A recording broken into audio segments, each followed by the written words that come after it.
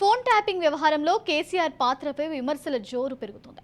Phone tapping కేసులో కేసీఆర్ పాత్ర ఉందని ఇప్పటికే కాంగ్రెస్, బీజేపీ ముఖ్య నేతలు ఆరోపిస్తుండగా తాజాగా కేసీఆర్ ఫామ్ హౌస్ లో ఏర్పాటు చేసిన వార్ రూమ్ ను తక్షణమే తనిఖీ చేసి ఫామ్ హౌస్ ను సీజ్ చేయాలని కాంగ్రెస్ నేతలు డీజీపీకి ఫిర్యాదు చేశారు. ఇక ఈ మేరకు టీపీసీసీ అధికార ప్రతినిధి బండి సుధాకర్ గౌడ్, కాంగ్రెస్ మీడియా కన్వీనర్లు డీజీపీకి కంప్లైంట్ చేశారు.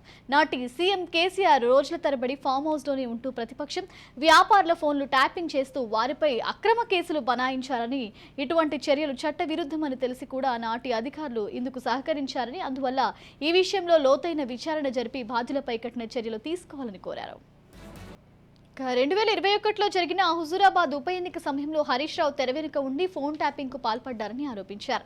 ఫోన్ ట్యాపింగ్ కేసులో అనుమానితులు అరెస్టైన వారి ఆస్తుల వివరాలతో ఏసీబీ, ఈడీ సంస్థలతో దర్యాప్తు చేయాలని కోరారు. వారి బినామీ పేర్ల మీద ఉన్న ఆస్తులను గుర్తించి ప్రభుత్వం స్వాధీనం చేసుకోవాలని విజ్ఞప్తి చేశారు.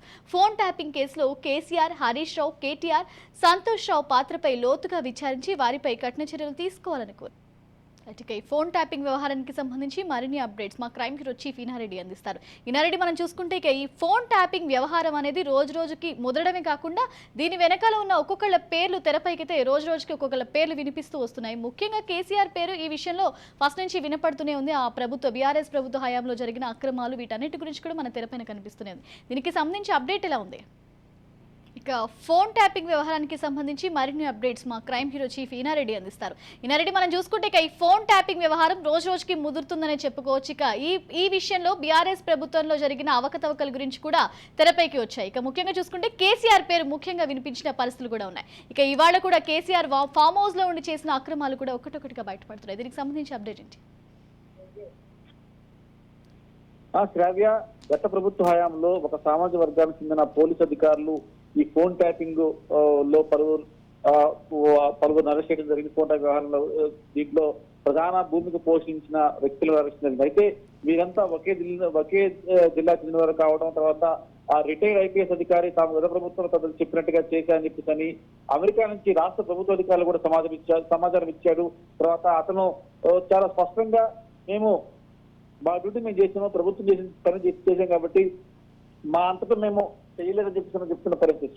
సో మొత్తం మీద ఇలాంటి పరిస్థితుల్లో ఫోన్ ట్యాపింగ్ తెర వెనుక ఉన్నది ఎవరు అని చెప్పి తన వ్యవహారం మీదనే ఆ పూర్తి స్థాయిలో విచారణ కొనసాగుతా ఉంది. ఇదే కాకుండా దీంట్లో అధికార పాత్రల గురించి విచారించాలంటే వెంటనే మాజీ సీఎం కేసీఆర్ ఫామ్ హౌస్ లో ఏర్పాటు చేసిన వార్ రూమ్ ఉంది, దాన్ని తనిఖీ చేసి ఫామ్ హౌస్ ను సీజ్ చేయాలని చెప్పేసి కూడా ఇప్పటికే చాలా మంది ఆరోపణ చేస్తా ఉన్నారు. ముఖ్యమంత్రి కేసీఆర్ సంబంధించిన విషయంలో కూడా ఎందుకు గవర్నమెంట్ ఒక స్టెప్ ముందుకు వెళ్ళకపోతుంది? కేసీఆర్ రోజులతో అక్కడే ఉండి ఆ ఫోన్ ట్యాపింగ్ పాల్పడి ప్రతిపక్షమే కాకుండా వ్యాపారులు బెదిరించి రాక్షస పాలనతో అక్రమ కేసులు బనాయించిన నేపథ్యం ఉంది కాబట్టి వెంటనే చర్యలు తీసుకోవాలి. దీంట్లో వ్యాపారులకు ఫోన్లు చేశారు, ఫోన్ ట్యాప్ చేశారు, సినిమా ఇండస్ట్రీ కింద ఫోన్ ట్యాప్ చేశారు. ఇలా 100 కోట్ల దోచుకుని ఫోన్ ట్యాప్ నుంచి 100 కోట్లు దోచుకున్నారు. కాబట్టి మరి కేసీఆర్ ఎందుకు అరెస్ట్ చేయట్లేదు, కేసీఆర్ ఎందుకు నమోదు చేయట్లేదు?